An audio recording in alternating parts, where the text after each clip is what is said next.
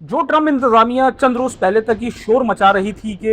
ईरानी हुकूमत संगीन इख्तलाफात का शिकार है, इसीलिए वो मुज़ाकराती अमल में किसी बात पर मुत्तफिक नहीं हो रही है। बाज़ रिपोर्ट्स में ये भी कहा गया कि नए सुप्रीम लीडर मुश्तबा खामनाई के मंजर आम से गायब होने और उनसे राब्ते में मुश्किलात की वजह से ईरान को मुतफ़िक़ा और बर वक्त जवाब देने में चैलेंजेस दरपेश है। लेकिन अब अमरीकी और खुद ईरानी हुक्काम इस बात की तस्दीक कर रहे हैं कि आयतुल्लाह मुश्तबा खामनाई पहले से ज़्यादा सरगर्म है और हुकूमती और जंगी उमूर की बराह रास्त ना सिर्फ निगरानी कर रहे हैं बल्कि अहम कमांड्स और हिदायत भी जारी कर रहे हैं। गो के अमरीकी और इसराइली खुफिया इदारे 28 फरवरी के हमले में उनके वालिद के साथ शहादत का दावा कर रहे थे, लेकिन अब वो भी उनकी exact pin location trace out करने की कोशिशों में मसरूफ है। लेकिन इस काम में उन्हें मुसलसल नाकामी का सामना है। इसकी वजह यह है कि आयतुल्लाह मुश्तबा खामनाई जिस लोकेशन पर मौजूद है वो वहां से किसी किस्म के इलेक्ट्रॉनिक कम्युनिकेशन डिवाइस का इस्तेमाल नहीं कर रहे हैं, बल्कि उनका राब्ता सिर्फ